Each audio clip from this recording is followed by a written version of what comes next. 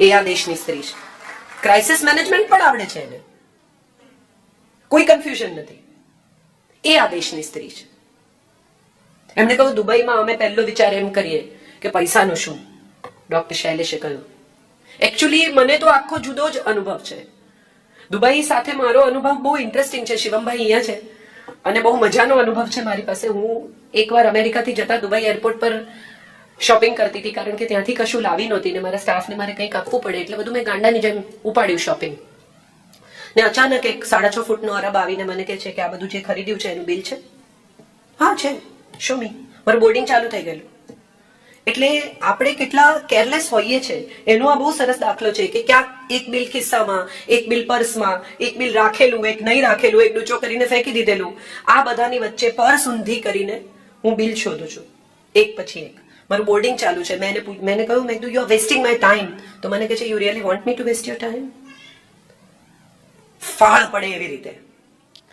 અને દરમિયાનમાં બધા ગુજરાતીઓ પસાર થાય છે અને જુએ છે પર્સ ઊંધી કરીને રસ્તા પર ફેંકતી, પણ કોઈ ઊભું નથી રહેતું. શિવમભાઈ stood there and he said કઈ પ્રોબ્લેમ છે કાજલબેન? should I help you? said no no no you continue. Bill આપવાના છે, હું આપી દઈશ. બધા બિલ મળી ગયા ફોર્ચ્યુનેટલી અને હું ગઈ. અને ત્યારે બધાને મારી સાથે ફોટા પડાવવા હતા, કારણ કે મને બધા ઓળખતા હતા, પણ હું મેસમાં હતી એટલે કોઈને મારી પાસે નહોતું આવવું. આપણે બધા આવા જ છીએ. હું પણ આવી હોઈશ કદાચ. It's not about you, it's about us. કોઈ માણસ તકલીફમાં હોય, કોઈ માણસને સમસ્યા હોય, કોઈને કઈ પ્રોબ્લેમ હોય તો આપણે હંમેશા એવું કહીએ છીએ કે આપણે શું, કેમ. હું માનું છું અહીંથી શરૂ થાય છે આવો મારી સાથેની રમત. અહીંથી શરૂ થાય છે આ શબ્દ, આ 3 શબ્દ. આવો મારી સાથે, હું આવું તમારી સાથે. કઈ પણ જરૂર હોય તો ઊભી રહીશ, હું ઊભો રહીશ. આપણે આપણા છોકરાઓને શીખવીએ છીએ, દીકરીઓને ટૂંકા કપડાં નહીં પહેરવાના, આમ નહીં કરવાનું, જેકેટ પહેરો, ફલાણું કરો, લેટ નાઇટ નહીં કરવાની. કેટલી માં એના દીકરાને શીખવાડે છે 13-14 વર્ષની ઉંમરે કે છોકરીના પગ બહુ સરસ હોય, ટૂંકો સ્કર્ટ પહેર્યો હોય, સેક્સી દેખાતી હોય તો પણ ટીકી ટીકીને નહીં જોવાની બેટા, it's a bad manners. We don't. ધીરે ધીરે ધીરે ધીરે એવું થતું જાય છે સમય સાથે કે આપણને એવું સમજાવવા લાગ્યું છે કે સ્ત્રી પુરુષ ઇક્વલ છે. કામ કરે છે સ્ત્રીઓ, પૈસા કમાય છે સ્ત્રીઓ, ફેમિલીમાં કોન્ટ્રીબ્યુટ કરે છે સ્ત્રીઓ, પણ કેટલી સ્ત્રીઓ એવું સમજે છે કે એને કામ નહીં કરવા દેનારો પતિ એને કંટ્રોલ કરવા નથી માંગતો, એને તકલીફ આપવા નથી માંગતો. સવારે 9 વાગ્યાથી નીકળતો પતિ રાત્રે 9 વાગે ઘરે પાછો આવે ત્યારે એને ઘરમાં એક જ વસ્તુની અપેક્ષા હોય છે અને છે શાંતિ. જો સીધું પત્ની પાસે જાય તો બહુ ગેલો, અને જો સીધું મા પાસે જાય તો માવડિયું. એટલે એની વચ્ચે એને નક્કી કર્યું કે ટીવી બેસ્ટ. મેમાંથી કોઈ પાસે જવું નહીં, જતાની સાથે ટીવી ઓન કરું. હું તો ન્યૂઝ જોઉં છું, ક્યાંય જવું નથી. ઇન્ટરેસ્ટિંગ છે નથી? આપણે બધા જ આવા છીએ. ક્યાંક ને ક્યાંક, કશેક ને કશેક આપણે એક એવી નાનકડી સ્વિચ દબાવી દઈએ છીએ કે જેમાં માણસનું મગજ ગરમ થઈ જાય છે. ઘરમાં દાખલ થાય, તમે જુઓ કેટલો અદ્ભુત સંવાદ હોય છે પતિ પત્નીનો. ઘરમાં દાખલ થાય અને પતિ ચપ્પલ કાઢે અને પત્ની છોકરાઓને કહે કે આજે રહેવા દેજો. મગજ ઠેકાણે નથી, કોઈ કશું બોલ્યું નથી, કોઈને કઈ ખબર નથી. બીજી તરફ પતિ ઘરમાં દાખલ થાય, ચપ્પલ કાઢે અને જુએ અને છોકરાઓને પૂછે મમ્મીને કઈ થયું છે? અને ફરિયાદ શું છે તો કે અમારા ઘરમાં કોમ્યુનિકેશન નથી. આનાથી બેટર કોમ્યુનિકેશન શું હોય? સંવાદ વગરનું કોમ્યુનિકેશન છે. સમજી જાય બે જણા કે કંઈક થયું છે, કઈ લોચો છે, શું લોચો છે એ વિશે વાત થાય. અને વાત થાય ત્યારે બહુ ઇન્ટરેસ્ટિંગ વાત શું થાય, પતિ પૂછે કે કઈ થયું છે એટલે તરત પહેલો જવાબ આપે ના કઈ નથી થયું. અરે તમારા મોઢા પર લખ્યું છે કે કઈ થયું છે. હવે આ ના પાડવાનો શું અર્થ છે? બીજી વાર પૂછે કે કઈ શું થયું, કોઈ કઈ બોલ્યું, કઈ પ્રોબ્લેમ થયો? ના. તમે ઈચ્છો છો કે જાણે, તમે ઈચ્છો છો કે તમારી સમસ્યામાં રસ લે, તો આ નાનો શું અર્થ છે? Why are you saying no? Yes, something has happened and I need to talk to you about it. જે આપણે નથી કરતા. આપણું કમ્યુનિકેશન ઊંધું છે. પત્ની પૂછે, પતિ ઘરે આવે, સ્ટ્રેસ્ડ હોય, સિગરેટ પીતા હોય તો 1-2 સિગરેટ પી જાય, ચીડાઈ જાય નાનકડી વાતમાં, તો પત્ની પૂછે કે કઈ થયું છે? ના. તારે જાણવાની જરૂર નથી. પણ એને જાણવું જ છે. એ તમારા જીવનનો ભાગ છે, અર્ધાંગીની છે. અને તમે એમ કહેશો કે તારે જાણવાની જરૂર નથી એટલે તમને એમ લાગે છે કે ફ્રીજમાંથી ગુલાબજાંબુ ખાશે. એને પણ એટલું જ સ્ટ્રેસ થવાનું છે જે સ્ટ્રેસ તમારા ચહેરા પર દેખાય છે. આપણે શેરિંગ ભૂલી ગયા છીએ. સંવાદ ભૂસાવા લાગ્યા છે ઘરોમાંથી. કેટલી સુંદર રચના હતી એક સમયે આપણા પરિવારોની કે દાદાજી બહાર ગયા હોય ચાલવા મંદિરે, પાછા આવે, દાદી માટે દવા લાવવાની હોય તો દવા લઈ આવે, ઘરના કેળા લાવવાના હોય તો કેળા લાવે, બીજી 4 વસ્તુ લાવવાની હોય તો શાકભાજી લઈ આવે, બંને જણા હિંચકે બેસે. દાદાજી આવે ત્યાં સુધીમાં દાદીએ ચા તૈયાર કરી રાખી હોય, ખબર હોય કે 6:05 આવશે. અને વાત શું કરે? કઈ જ નહીં, પણ પરિવારને લગતી તમામ ઝીણી ઝીણી વિગતો એકબીજા સાથે શેર કરે. આજનો સમય એવો છે કે આપણને લાગે છે કે એને સ્ટ્રેસ થશે, એને નથી કહેવું, પણ એને નહીં કહો તો વધારે સ્ટ્રેસ થશે. આપણે ભૂલી ગયા છીએ. They care for you, they love you. If you don't tell, they'll think 10 more things which are irrelevant, which are not important. So we don't communicate, we don't talk, we don't share, we don't let the other person enter in our own world that we have created, our castle. જરૂર નથી તારે જાણવાની, એને બહુ જ જરૂર છે જાણવાની. એને કહો, એને રાહત થશે. એ સલાહ આપશે તો તમારે માનવી હોય તો માનવાની, ના માનવી હોય તો નહીં માનવાની. પણ at the same time, sharing is the most important part which probably we have started missing out on. આજે જ હું વાત કરતી હતી હંસાબેનને ઘેર, મારી ભત્રીજી પરણી છે એની સાથે, કે છોકરાઓ કેટલા લોનાર થઈ ગયા છે. તમે જુઓ, ટીનેજના છોકરાઓ પોતાના રૂમમાં, પોતાની દુનિયામાં, પોતાના લેપટોપ પર, પોતાના સ્ક્રીન પર, પોતાના જગતમાં છે. અને એમને ઓફ સ્ક્રીન રાખવા શક્ય જ નથી, કારણ કે બધા જ બાળકો એક જ સિટીમાં, એક જ પ્રોબેબલી સોસાયટીમાં એ લોકો સ્કાઇપ પર વાત કરે છે. હમણાં મારા એક દોસ્તને મેં પૂછ્યું કે શું કરે છે તારો દીકરો અક્ષત, તો એને કહું કદી કદી રૂમની બહાર પણ આવે છે. અમદાવાદમાં વચ્ચે પટેલ આંદોલન થયું ત્યારે ઇન્ટરનેટ બંધ થઈ ગયું, ત્યારે બધું ફરતું હતું. અને એમાં એક બહુ સુંદર મેસેજ હતો કે ટીનેજના છોકરાઓને ખબર પડી કે પરિવારના લોકો પણ સારા માણસો છે.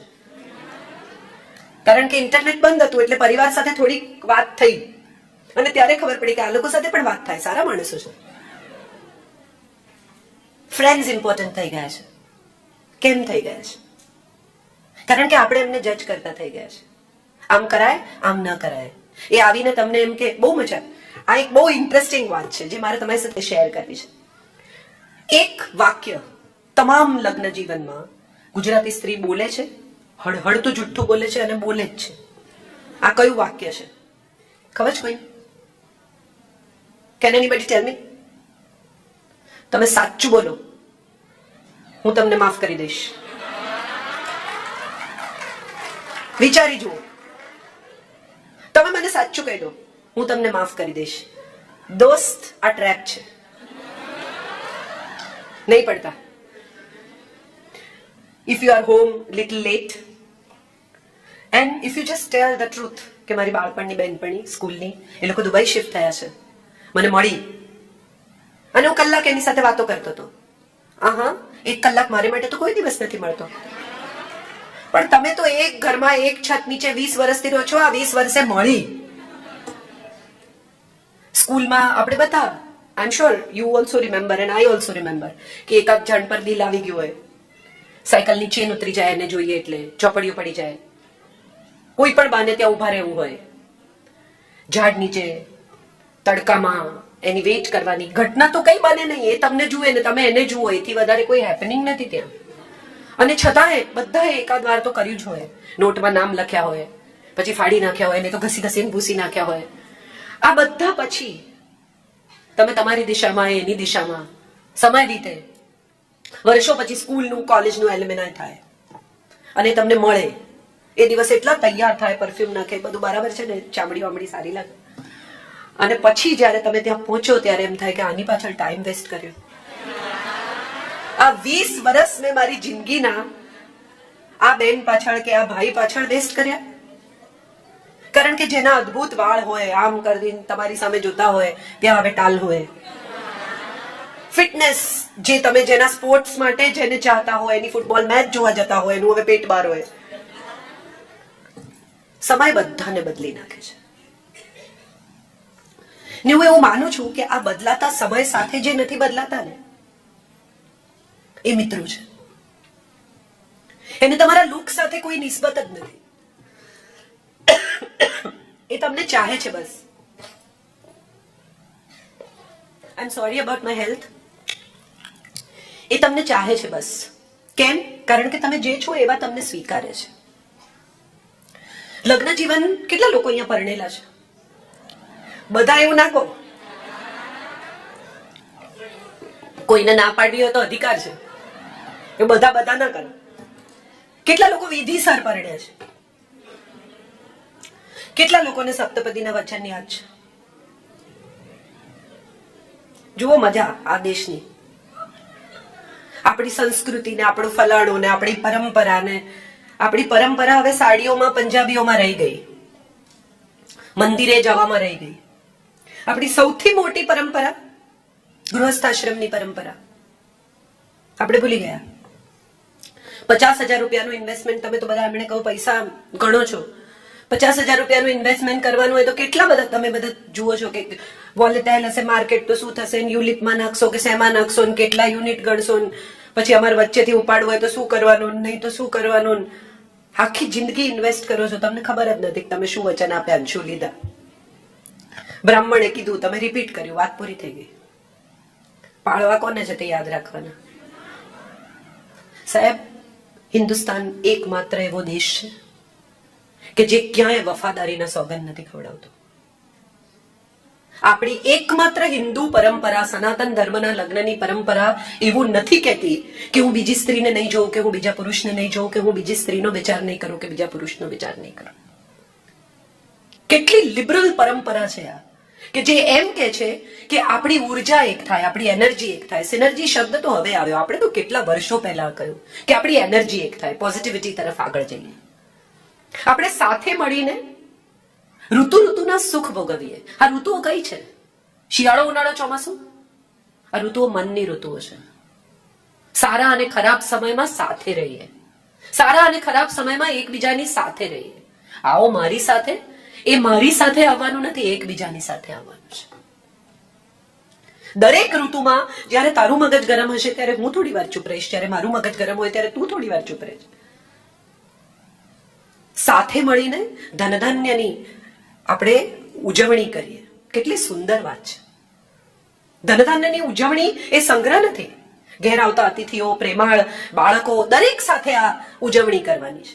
રોજનું ફૂડ ઉજવણી થઈ શકે. હમણાં જ અમે હર્ષદભાઈને ત્યાં બેઠા હતા ત્યારે એમણે કહ્યું કે કંઈક કહો. એટલે મેં કીધું આપણે કેટલી અપ્રુવલની સોસાયટી છીએ, એની મજા જુઓ કે આપણી બેસ્ટ ક્રોકરી બીજા લોકો માટે છે. આનાથી મોટો અપ્રુવલનો કોઈ દાખલો જ નથી સાહેબ. કોઈ આવવાનું હોય તો તમે કપડાં બદલીને તૈયાર થાવ, બાકી તમે અંદર ને અંદર તો કોઈ દિવસ ચાલે બધું. અને એમાં જો કદાચ કોઈ પત્ની ઉત્સાહી હોય, પ્રેમાળ હોય, રોમેન્ટિક હોય શરૂઆતમાં, પછી તો નથી રહેતી, પણ જો એ સરસ ટેબલ સજાવે, કેન્ડલ લગાવે, નવી ક્રોકરી કાઢે, કપડાં પહેરીને તૈયાર હોય તો દાખલ થતાની સાથે પતિ પૂછે કોઈ આવવાનું છે? અરે તમે આવ્યા છો સૌથી મોટા. હમણાં એક બહુ સરસ કિસ્સો એક સાયકેટ્રીની ચોપડીમાં વાંચ્યો કે એક ડોક્ટરે પતિ પત્ની ડિવોર્સ લેવા ગયા તો મેરેજ કાઉન્સિલરે કહ્યું કે એને ખાલી એક જ વાંધો છે, તમે એને મદદ નથી કરતા. થોડું ઘરમાં એનું જવાબદારી લો, એને મદદ કરો. તો પતિએ બહુ વિચાર કર્યો કે વાત તો સાચી, આટલા વર્ષોમાં મેં એને કઈ મદદ નથી કરી, બિચારી હાથે બધી મગજમારી કરે છે. એક દિવસ બપોરે 4 વાગે ઘરે પહોંચ્યો, વાસણ બધા ધોઈ નાખ્યા, ઘર ક્લીન કરી નાખ્યું, લોન્ડ્રી નાખી દીધી, કપડાં કાઢીને ઇસ્ત્રી કરી નાખ્યા, જે કંઈ બધું કિચન વિચન ક્લીન કરી નાખ્યું. તો પત્ની ઓફિસથી આવી અને ઘર જોયું આમ અને કહે છે તમે મને ડિવોર્સ આપવાના છો? ઇન્ડિપેન્ડન્ટ નહીં થાવ. એક તરફથી પત્ની એમ કે આખો દિવસ બધું મારે કરવાનું, પણ જો ખરેખર કરવા માંડે ને તો ગભરામણ થઈ જાય. We want the dependence and we want to complain about the dependence.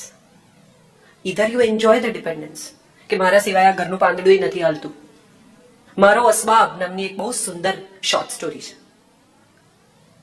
એટલી બધી સુંદર વાર્તા છે આ કે એક પત્ની બહારગામ જવાની છે અને પતિને બધી સલાહ આપે છે કે આમ કરજો ને તેમ કરજો ને પાણીનું માટલું બરાબર ભરજો ને કૂતરાને ખાવાનું નાખજો ને કપડા બધા લટકાવતા નહીં ને ફલાણાનું આમ કરજો ને બધી સલાહ આપ્યા પછી એ જાય છે અને પાછી આવે છે ત્યારે તો આવતા આવતા રિક્ષામાં કેટલું વિચારી લીધું છે કે આમ હશે ને ઘર આવું હશે ને ધૂળ હશે ને ફલાણું હશે.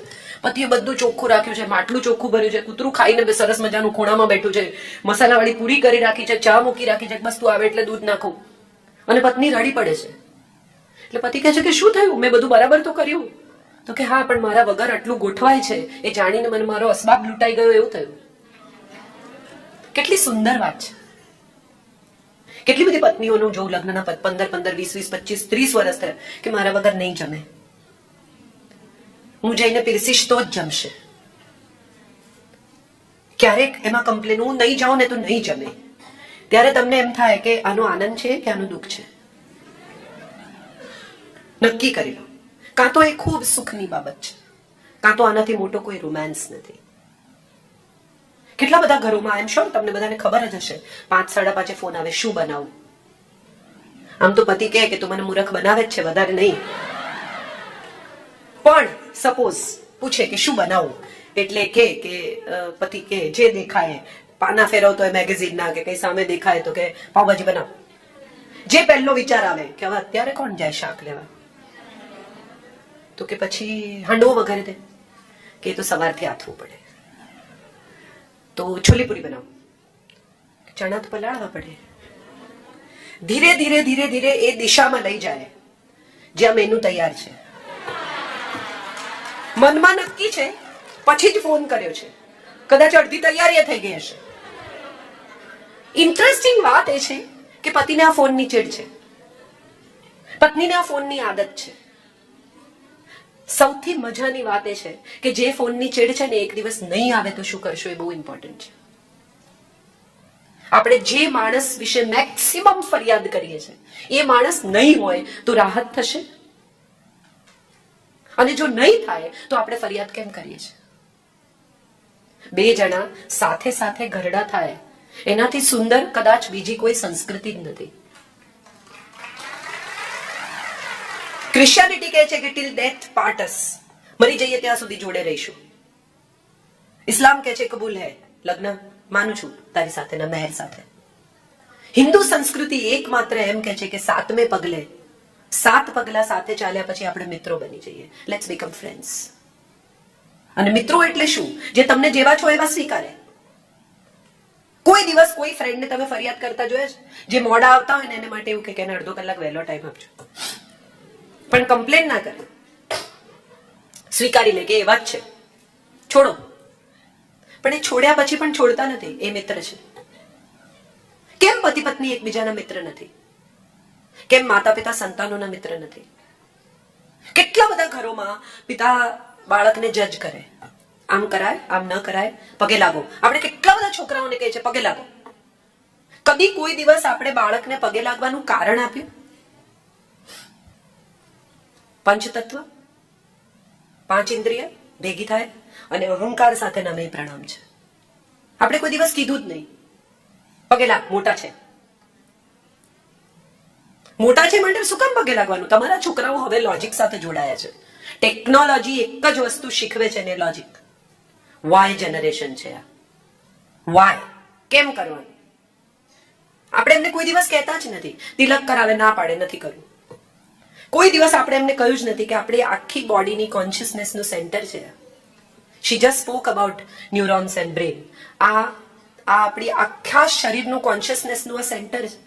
એ સેન્ટર ઉપર પ્રેશર આવે, તિલક થાય, કંકુ લાગે, ચંદન લાગે, તો એ સેન્ટર એક્ટિવેટ થાય, તમારી બુદ્ધિ તેજસ્વી બને, તમે વધુ પ્રજ્ઞાવાન થાઓ. એવું આપણે શીખવતા જ નથી. કરો. કેટલા વર્ષો પહેલા, આજથી સદીઓ પહેલા જે માણસે મિત્રમાંથી ગુરુ થઈને ગીતા શીખવી. ગીતાનો કહેનારો પણ સંસારી ને સાંભળનારો પણ સંસારી, બંનેને એકથી વધારે પત્નીઓ, અને છતાંય વાત શું કરી તો કે કર્મ સંન્યાસની. એવું કઈ જરૂરી નથી. અમારે જયભાઈને અમારા લગ્ન ઉપર બોલવાનું હોય બંને જણને તો બહુ મજા આવે. જયભાઈને હું કહું કે તમે લગ્ન પર શું બોલશો, ને હંમેશા કે ક્યારે હોય લોકો મૃત્યુ પર બી બોલે છે, એને માટે કે મરવું થોડી પડે. ગીતા કેટલી અદ્ભુત પુસ્તક છે. આજે તમે જુઓ કે હાર્વર્ડમાં ભણાવવા માંડ્યા એટલે આપણને થયું કે ગીતા બહુ ઇમ્પોર્ટન્ટ છે. શરૂ થાય છે પહેલો અધ્યાય અર્જુન વિષાદ યોગ. અને અર્જુન વિષાદ યોગની મજા એ છે કે અર્જુન બોલે છે અને કૃષ્ણ સાંભળે છે, ક્યાંય વચ્ચે ઇન્ટરપ્ટ નથી કરતા. અને એથી આગળ જઈને જો આપણે આપણો ધર્મ, આપણી પરંપરા, આપણી સંસ્કૃતિ સમજવી હોય તો એક ક્લેરવોયન્સ સંભળાવે છે એક આંધળાને. સંજય છે કે જેને દિવાલો ભેદીને દેખાય છે, અને એક ધૃતરાષ્ટ્ર છે જે આંધળા છે. એને આ ગીતા નરેટ કરવામાં આવે છે, જે બની રહી છે તે. અને કૃષ્ણ જ્યારે આખો અર્જુન વિષાદ યોગ પૂરો થઈ જાય છે, અર્જુન બોલી લે છે પોતાની વાત, ત્યારે બોલવાનું શરૂ કરે છે. શ્રી કૃષ્ણ ઉવાચ. અને સાહેબ મજા જુઓ આપણી સંસ્કૃતિની, આપણી કથાઓની. જેમ મેં કહ્યું કે સ્ટોરી ટેલિંગ બહુ ઇમ્પોર્ટન્ટ છે. આજે હું મારી દીકરીને કે મારા બાળકને આ સ્ટોરી ટેલિંગ સ્વરૂપે ગીતા સંભળાવી શકું. ગીતા એ કોઈ માણસના મરી ગયા પછી વાંચવાનું પુસ્તક જ નથી. તમે કશું ઘરમાં લાવો ટેકનોલોજીથી ભરપૂર કોઈ સાધન, અને એની સાથે એક મેન્યુઅલ આવે. એ મેન્યુઅલ વાંચ્યા વગર તમે પ્લગ ઇન કરો, ધડાકા થઈ જાય, કોઇલ બળી જાય, જે થવાનું એ પૂરું થાય, પછી તમે મેન્યુઅલ વાંચો એનો અર્થ નથી. આપણા દેશમાં ગીતા માણસને મરી ગયા પછી વાંચે છે. જે જીવન જીવવાની શૈલી છે, જે જીવન જીવવાનો રસ્તો છે, એને આપણે માણસના મરી ગયા પછી ઘેર વંચાવીએ છીએ, એ બ્રાહ્મણ વાંચે છે. આપણે શું લેવા દેવા? ખાલી બેસાડી છે ગીતા ઘેર. કેટલી ઇન્ટરેસ્ટિંગ વાત છે. આગલે દિવસે શિબિરમાં પણ કહી શક્યા હોત. કેમ કે છે કુરુક્ષેત્રની વચ્ચે? He could have said it yesterday evening. એ લોકો શિબિરમાં એક સાથે રહેતા હતા. ત્યાં ના કહ્યું કે બેસો બેસો તમને ગીતા સંભળાવું.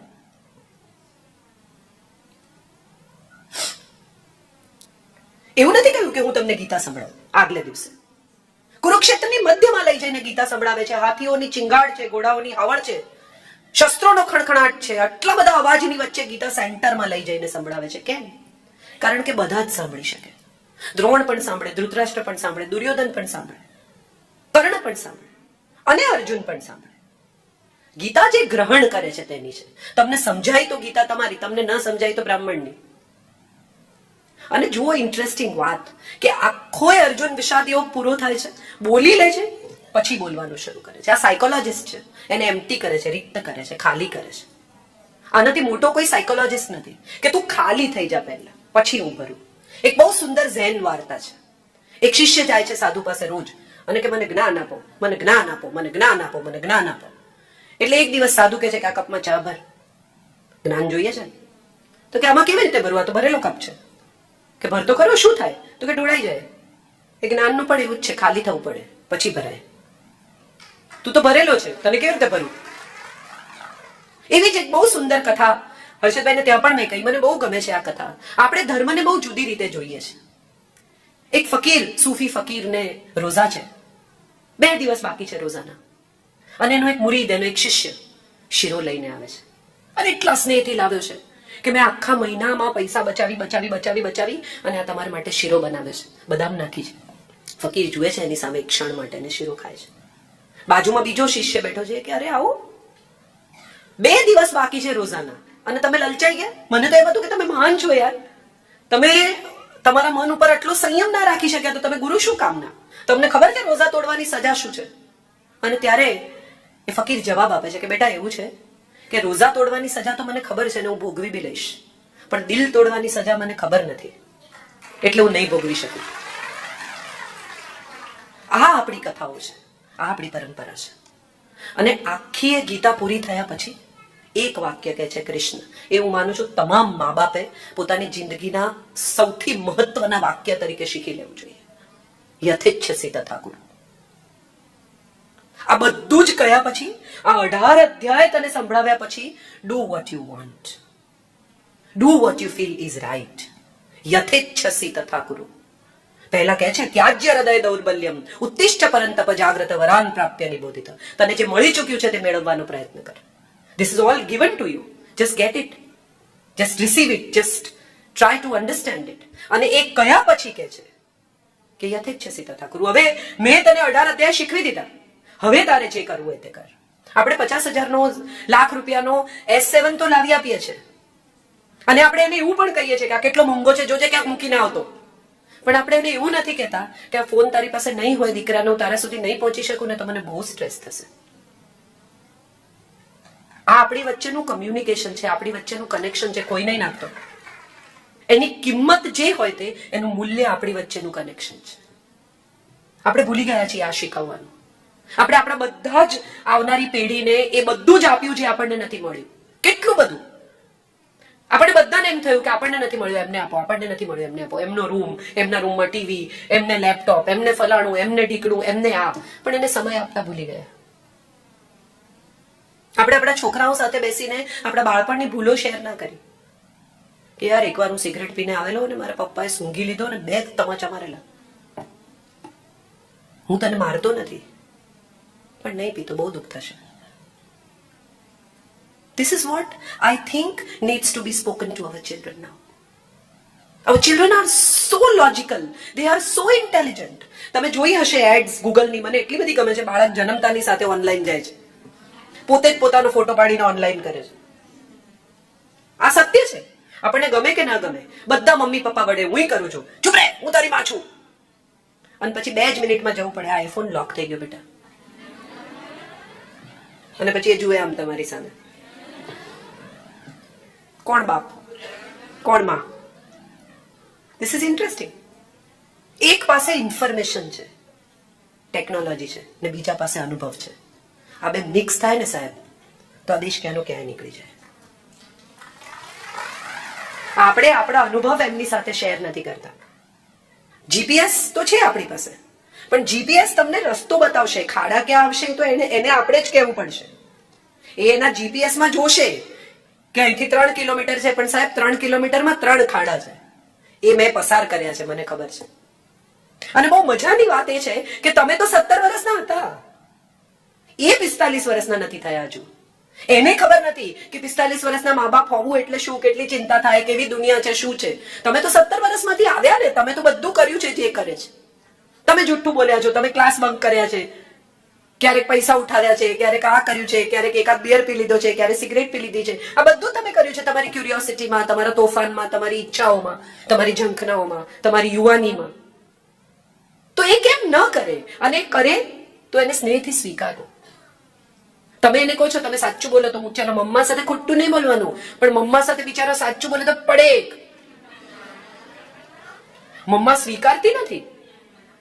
બહુ સરસ વાત તમારી સાથે શેર કરું. Wonderful audience I have today. કેટલા રાઈટ જગ્યાએ લોકો હશે ને રાઈટ જગ્યાએ ગંભીર થાય ને ત્યારે તમને સમજાય કે તમારી વાત કરેક્ટ જગ્યાએ પહોંચે છે. બહુ ઇન્ટરેસ્ટિંગ છે. મારો દીકરો ને હું 2 જણા ગાડીમાં જતા હતા. આમ ગાડીને આમ કરીને એક છોકરો મોટરસાયકલ પર નીકળી ગયો. મારી માં સુરતી છે એટલે મારાથી ગાળ બોલાઈ ગઈ. લોહી ક્યાં જાય સાહેબ? એટલે મારા દીકરાએ 10 વર્ષના દીકરાએ આમ મારી સામે જોયું ને મને કહ્યું, માં તું ગાળ બોલી. હવે જો હું એમ કહું કે હું નથી બોલી તો મારાથી જુઠ્ઠું કોઈ નથી. હું જો એમ કહું કે સોરી બેટા, તો હું એનાથી નાની થઈ ગઈ. I am admitting something which I shouldn't be admitting at this point of time. એટલે મેં મારા બધા રડાર ખોલ્યા અને મેં કહ્યું, તને કોણે કહ્યું કે આને ગાળ કહેવાય?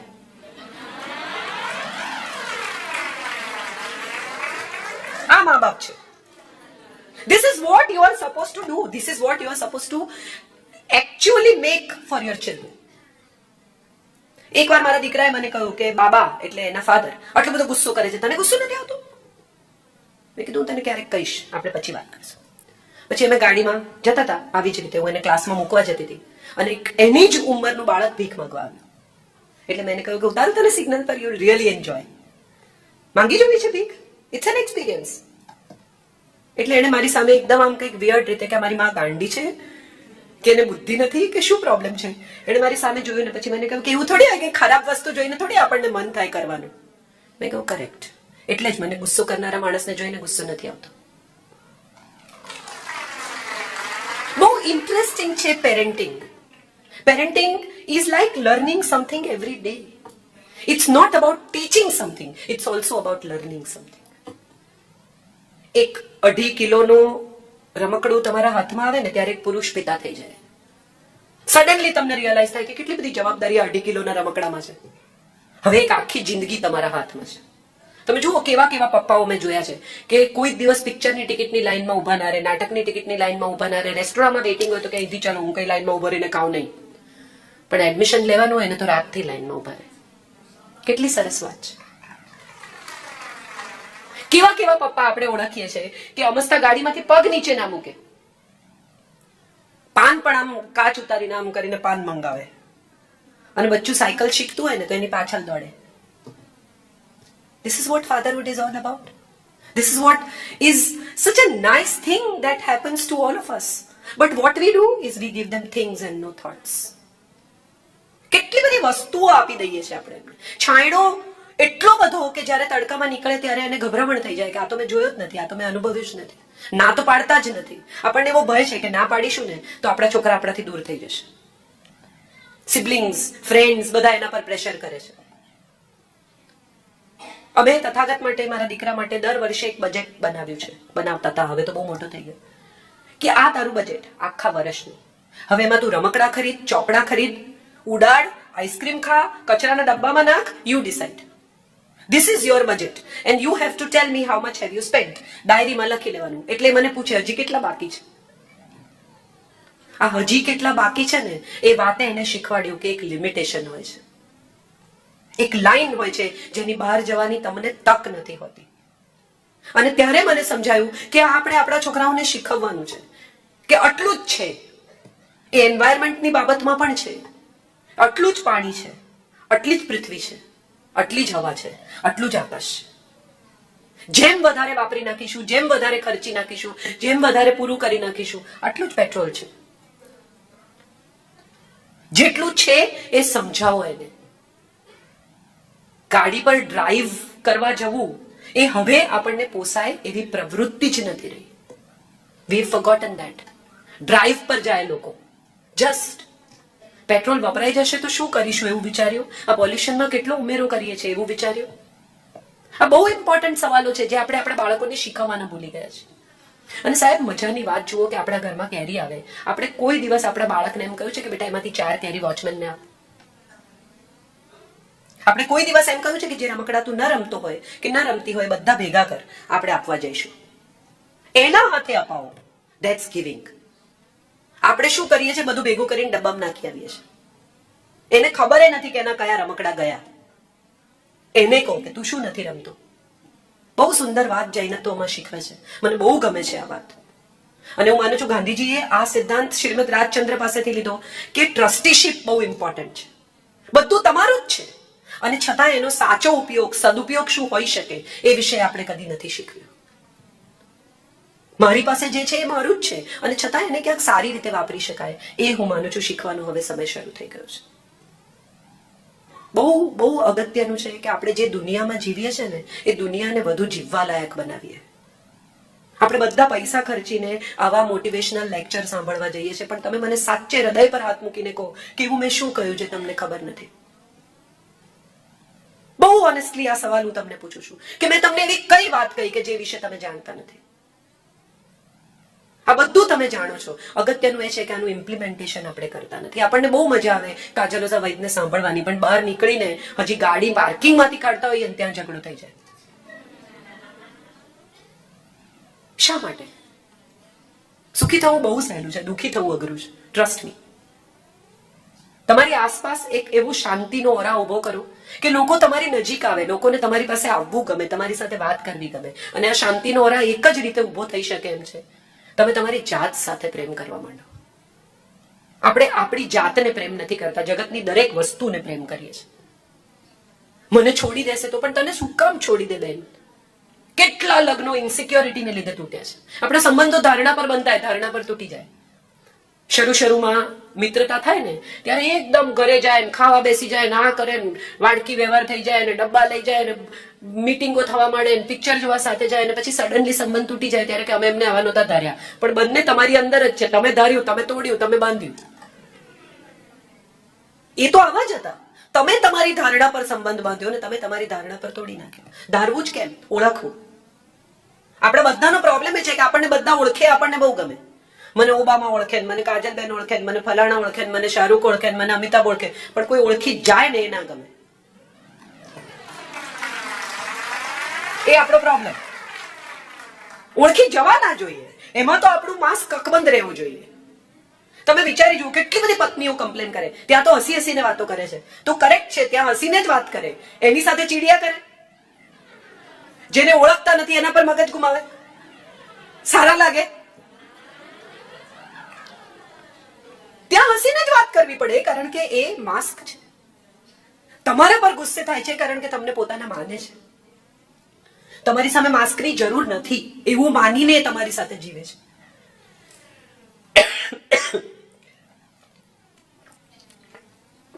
ખોટું હોય તો કહો, એને એવું કહેવાનું તમારે મારી સાથે પણ એવી જ રીતે વર્તવું. હમણાં એક બહુ સરસ જોક કોઈકે મને મોકલ્યો છે, મને બહુ ગમ્યો, કે એક પતિ પત્ની બહાર નીકળ્યા ઘરની અને ગાડીમાં પંચર પડ્યું. એટલે પતિ પત્નીએ સવાલો પૂછવાના ચાલુ કર્યા કે એસી ચાલશે, હું અંદર બેસું કે બહાર નીકળું, મારો મેકઅપ ખરાબ નહીં થાય ને, મારી સાડી, અને કેમ પંચર પડ્યું, તમે જોયું નહોતું, હવા ચેક નહોતી કરી, કાચ આવ્યો, ખીલી આવી. દરમિયાનમાં એક ભાઈ આવા શિવમભાઈ જેવા ત્યાંથી પસાર થયા, એટલે એમણે કહ્યું કે કઈ હેલ્પ જોઈએ? એટલે પતિએ કહ્યું કે હા, તમે થોડીક વાર મારી વાઈફ સાથે વાત કરો ને તો હું ટાયર બદલી નાખું. હું એના સવાલના જવાબો આપવામાં વ્યસ્ત છું માટે ટાયર નથી બદલી શકતો, બાકી કામ તો 5 જ મિનિટનું છે. એક પતિ પત્ની રોજ ચા પીવા બેસે ગેલેરીમાં, તો પત્ની રોજ જુએ કે સામેવાળી કપડાં સૂકવે છે, એ જ એનો ટાઈમ. એટલે પત્ની બૂમો પાડે કે આ કેટલા ગંદા કપડાં ધોવે છે, કેટલા મેલા કપડાં ધોવે, જુઓ તો ખરા, કઈ સમજતી નથી બાઈ. એક દિવસ બેઠા અને પત્નીએ કહ્યું કે અરે વાહ, આજે તો બહુ ચોખ્ખા કપડાં ધોયા છે. એટલે પતિએ કહ્યું ના, અમે આપણી બાલ્કનીનો કાચ સાફ કર્યો છે. સંબંધોમાં આટલું જ હોય છે, આપણો કાચ સાફ કરવાનો હોય છે. સામેવાળાના કપડાં ગંદા કે ચોખ્ખા તો પછી થાય છે, આપણો કાચ લૂછો, એમાંથી દેખાતી વાત બહુ ઇમ્પોર્ટન્ટ છે. પત્ની સાથે વાત કરવા માટે માણસને કહેવું પડે એવી વાત જ શું હોય? કેમ પતિ પત્ની વચ્ચે અદ્ભુત સંવાદ ન હોય? કેમ બાળકને એમ ન લાગે કે મારા મા બાપ તો એક જ છે, છૂટા પડશે જ નહીં? એક જ વાત વિશે માં ના પાડે એટલે તરત પપ્પા એમ કે તો કે તું તાર કર. નો. એકવાર પત્ની ખોટી પણ હોય તો પણ એણે ના પાડી છે માટે પતિએ સ્ટેન્ડ બાય જ કરવાનું, અને એકવાર પતિ ખોટો હોય તો પણ એણે ના પાડી છે કે હા પાડી છે માટે પત્નીએ સ્ટેન્ડ બાય જ કરવાનું. ઘરમાં વકીલ નહીં આપો તમારા સંતાનને, નહીં તો એ તમને એકબીજાની સામે વાપરતા શીખી જશે. પહેલું બાર્ટર અહીંથી જ શરૂ થાય છે, તું આમ કર તો હું આમ કરીશ. આપણે એને શું કહીએ? જલ્દી કર. આંખ ખુલે એવું પહેલું વાક્ય, જલ્દી કર, ચાલ જલ્દી, ચાલ જલ્દી, ચાલ જલ્દી. અને પછી જયારે 13-14 વર્ષનું થાય, ઊભું ઊભું ખાય ત્યારે આપણે કે બેસીને શાંતિથી ખા. પણ ક્યાંથી ખાય? તમે એના મગજમાં જલ્દી સિવાયનો કોઈ શબ્દ જ નથી નાખ્યો. કોઈ દિવસ પિતાએ એવું કહ્યું કે ચાલ આજે હું નથી જતો, આપણે 2 જણા સાથે રહી ઘર સાફ કરી નાખીએ. કોઈ દિવસ પિતાએ એવું કહ્યું કે ચાલ આજે આપણે 2 રસોઈ બનાવીએ. કોઈ દિવસ પિતાએ એવું કહ્યું કે મમ્મી બહુ થાકી જાય છે, ચાલ આપણે 2 વાસણ ધોઈ નાખીએ બેટા. એના પોતાના લગ્ન જીવન માટે નહીં. તારી મામા અક્કલ નથી એવું કહેનારા પિતા બહુ જોયા આપણે, પણ એ ભૂલી જાય છે કે કાલે સવારે આ જ વાક્ય આ જ રીતે તમારી સામે વપરાશે. તમારામાં અક્કલ નથી, કારણ કે આ જ ભાષા આપણે શીખવી. બહુ સમાજ રચના ગૂંચવણ ભરેલી છે એવું મને ઘણી વાર લાગે છે. અને મને એવું લાગે છે કે આપણે સાચા બટન દબાવવાનું ભૂલી ગયા છીએ. ખોટા બટન બધા આપણે દબાવી દીધા છે, એટલે લાઈટો ખોટી જગ્યાએ થવા માંડી છે. મંદિર જવું એ પરંપરા નથી, દીવો કરવો એ પરંપરા નથી, સાડી પહેરવી એ પરંપરા નથી. મને તો ગમે છે એટલે હું પહેરું છું. વિશ્વના આખા તમામ પોશાકોમાં સૌથી સિડ્યુસિવ અને સૌથી ગ્રેસફુલ જો કોઈ પોશાક હોય તો એ સાડી છે. જે ભાગ ખુલ્લા રાખવાના છે એ બહુ ગ્રેસફુલી ખુલ્લા રહેશે, જે ઢાંકવાના છે એ બહુ ગ્રેસફુલી ઢંકાય છે. આ આપણા દેશની પરંપરા છે, આપણું વસ્ત્ર છે, માટે હું પહેરું છું. આપણે એને જો પરંપરાઓ શીખવવી હશે તો પરંપરાઓ શીખવી પડશે, જાણવી પડશે, એના સવાલોના જવાબો આપવા પડશે. આપણે જો એક સરસ પરિવાર જોઈતો હશે તો સૌથી પહેલા આપણે શીખવું પડશે કે એક સરસ પરિવાર શું છે. તમે તમારા ફોનમાં બિઝી હો. કેટલા બધા ફાધર્સ મેં જોયા છે કે ડિનર પર લઈ જાય, એમ કે એક અઠવાડિયામાં એકવાર અમે બધા જોડે ડિનર કરીએ છીએ. પછી ડિનર પર બહાર જઈને ફાધર ફોનમાંથી જૂના વોટ્સએપ કાઢે અને મમ્મીને કહે કે ઓર્ડર કર. આ ડિનર નથી.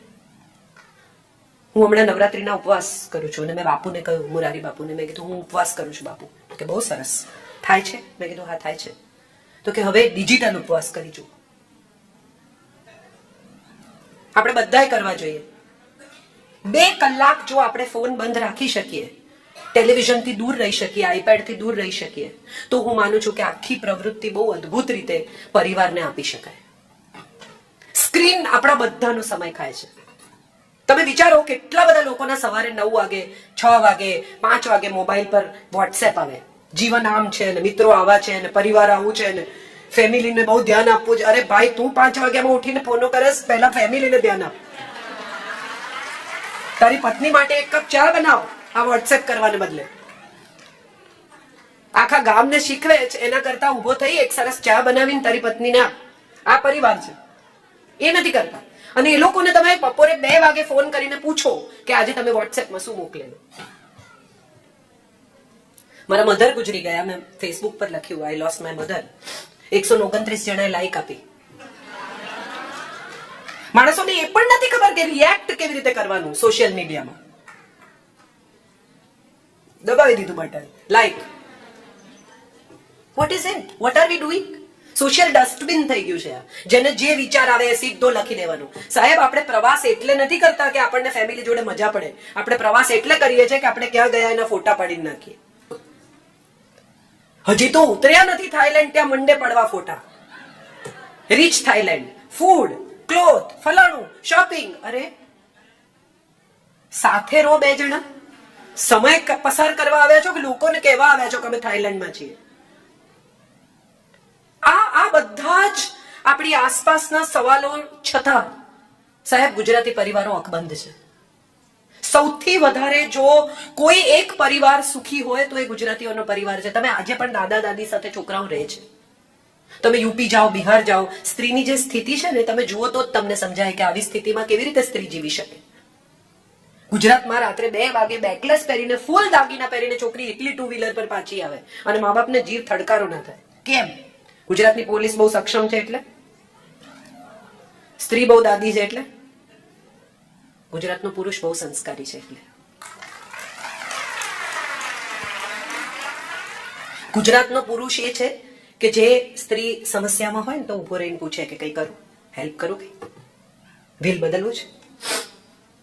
આ ગુજરાતનો પુરુષ છે સાહેબ. અને આ સંસ્કાર આપણે નહીં ખોઈએ. આ સંસ્કાર આપણે અકબંધ રાખીશું અને આ સંસ્કારનો વારસો આપી જઈશું. આપણે પાસબુકો તો બહુ આપીએ છીએ, શ્વાસ બુક આપીએ. That's what I feel.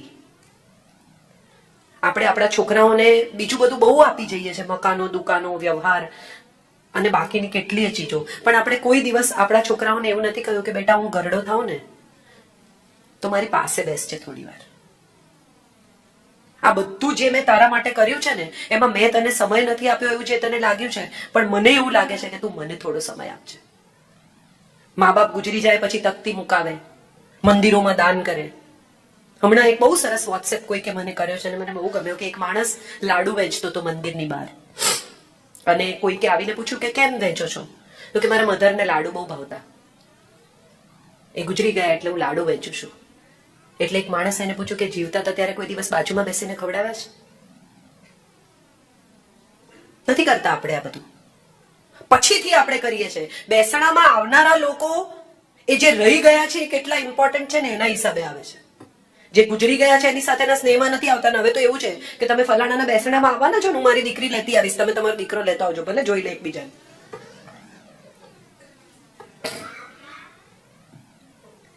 આપણે બધા જ ક્યાંક ને ક્યાંક કશેક ને કશેક રસ્તો ભૂલી ગયા છે. Let's switch on our GPS for life. Let us switch on our GPS for relationships. Let us switch on our GPS for parenting. I think we've missed those maps that were given to us by our elders, our parents. મને યાદ છે કે હું પહેલી વાર 18 વર્ષ મને પૂરા થયા ત્યારે મારા ફાધરે મને કહેલું કે ચલ આજે તને દારૂ પીવડાવું. My 18th birthday. And my first drink was with my father and he told me કે બેટા એવું છે કે દૂધ પણ બહુ પીઓ ને તો ઝાડા થઈ જાય. દુનિયામાં શું કેટલું એનું પ્રમાણ આપણે નક્કી કરવાનું છે. તું ક્યુરિયોસિટીમાં કોઈ બીજા માણસ સાથે દારૂ પીએ અને તને કઈ નુકસાન થાય એને બદલે હું તારા પિતા તરીકે તારી સાથે પહેલી વાર જિંદગીમાં તારી ક્યુરિયોસિટી પૂરી કરું તો એ કદાચ તને ફરીથી જિંદગીમાં બીજી વાર આવું કરવા માટે મજબૂર નહીં કરે. અને આ 50 વર્ષ પહેલાનો ઉછેર છે. આજે આપણે વધારે સંકુચિત થઈ ગયા છે, વધારે કંટ્રોલ કરવામાં માનતા થઈ ગયા છે. અને કંટ્રોલ થવાના નથી એની પણ આપણને ખબર છે. બધા એવું કે લોકોને સ્ક્રીનથી દૂર રાખવા કેટલા અઘરા છે. કરેક્ટ, દૂર રાખવા અઘરા છે તો ટાઈમ નક્કી કરો. દિવસના 4 જ કલાક એમને ટીવી, સ્ક્રીન, ફોન જે પણ વાપરવું એ વાપરવા દો. સમય નક્કી કરો. અને ઘરમાં ટીવી ચાલે જ નહીં એ પછીના સમય દરમિયાન. હવે મજા શું છે કે માં એવું કહે કે જમતા જમતા ટીવી નહીં જોવાનું, ટીવી બંધ કરી દે. અને પછી મમ્મીની ફ્રેન્ડ આવે એટલે કે જા બેટા કાર્ટૂન જો. તમારા જ 2 સિગ્નલ છે. તમે નક્કી કરો કે તમે એક સમય નક્કી કર્યો કે 4 થી 6 ટીવી નો ટાઈમ, એટલે 4 થી 6 ટીવી નો ટાઈમ. પછી 6:30 ન જ થવા જોઈએ. તમારે પણ નહીં કરવાના ને એને પણ નહીં કરવાના.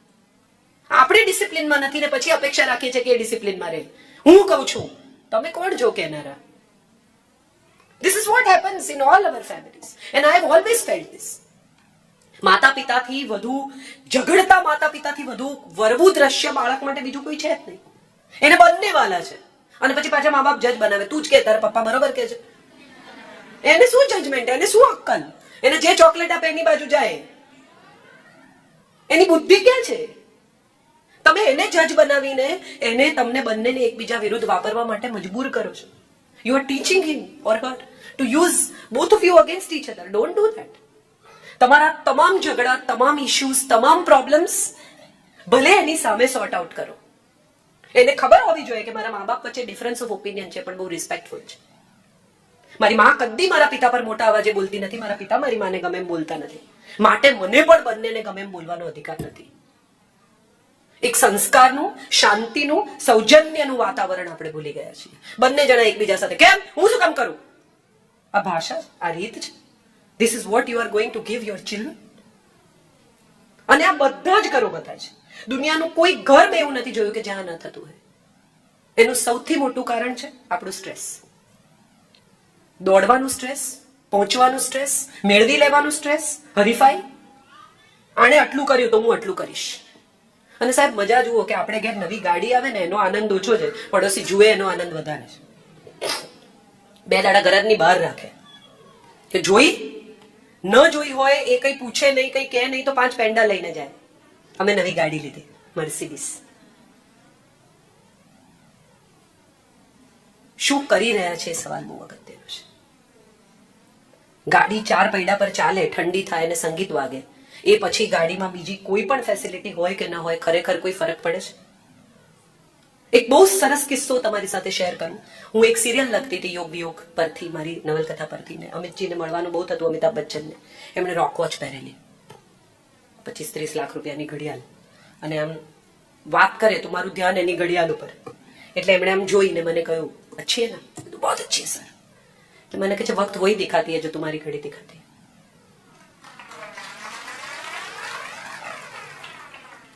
ત્યારે મેં એમને હસીને કહ્યું, મેં કીધું સર ये पहन के कोई भी बोल सकता है. BMW માં બેસીને રડવાની તો મજા જ આવે સાયકલ કરતા. એસીબીસી ચાલતું હોય, જગજીત સિંહ વાગતો હોય તો તમને તમારું દુઃખ પણ મોંઘું લાગે. સાયકલ ઉપર દુઃખ બી તમને સસ્તું લાગે. કે આવું થોડી દુઃખ હોય. કરેક્ટ. પણ એટ ધ સેમ ટાઈમ એક સવાલ મારે એ પૂછવો છે કે જો એક જ સમય બધાની ઘડિયાળ બતાવતી હોય તો આપણને બધાને લાઈક શી સેડ 24 કલાક જ મળ્યા છે. કોઈ કેમ બહુ આગળ જતું રહ્યું ને કોઈ કેમ બહુ પાછળ રહી ગયું? કેમ એવું થયું કે કોઈનો પરિવાર બહુ મજા કરે છે, કોઈના પોતાની પત્ની સાથેના, પતિ સાથેના સંબંધો બહુ સરસ છે, કોઈના સંતાન સાથેના સંબંધો બહુ સરસ છે. આપણે બધાને 24 કલાક મળ્યા, આપણને બધાને એક જ અવસ્થામાં જીવવાની તક મળી. તો આપણે કેમ એ ન કરી શક્યા જે બીજા લોકો કરી શક્યા? કારણ કે આપણે પ્રયાસ ઓછો કર્યો, આપણે પ્રવાસ ઓછો કર્યો. 2 લોકો એકબીજા સુધી પહોંચવાનો પ્રવાસ કરે ને ત્યારે બંને જણા ઇક્વલ પ્રવાસ કરવો પડે. એ પતિ પત્ની હોય, સંતાન અને માતા પિતા હોય, બધાએ એક સરખું એકબીજા તરફ ચાલ્યા કરવું પડે છે સાહેબ. 2 ડગલા ચાલીને જે અટકી જાય છે ને ત્યાં જ ઉભા રહી જાય છે. અને જે એકબીજા પરત્વે ચાલ્યા જ કરે છે એ એકબીજામાં ભળી જાય છે, ખબર નથી પડતી કે સાથે ક્યારે ચાલતા થઈ ગયા. આવો મારી સાથે બહુ ઇન્ટરેસ્ટિંગ લાઈન છે. અધી મરઝબાના શો કરતા મુંબઈમાં દૂરદર્શન પર. અને ત્યારે એને એક બહુ સરસ વાત કહેલી. આ મરઝબાન સાહેબે કહેલી છે એટલે મારે એમની જ ક્રેડિટ સાથે કહેવી પડે કે 2 લોકો જોડે ચાલતા હોય ને તો મારો જમણો હાથ હોય ને એનો ડાબો હોય. ઇટ ઇઝ ઇમ્પોસિબલ કે હું મારા જમણા હાથે એનો જમણો હાથ પકડું. સો 2 different people with different mentalities, different upbringing, different frames are walking together. They are not similar. You cannot expect two people to be the same. But when they walk, they have to walk in the same direction. They have to go in the same direction at the same speed. કેટલા બધા પરિવારોમાં આપણે જોઈએ છે કે પતિ સડસડાટ આગળ નીકળી જાય અને પત્ની પાછળ રહી જાય, કોઈ પત્ની સડસડાટ આગળ નીકળી જાય, પતિ પાછળ રહી જાય. તમે તો સાથે ચાલવાનું નક્કી કરેલું યાર. Vote happened?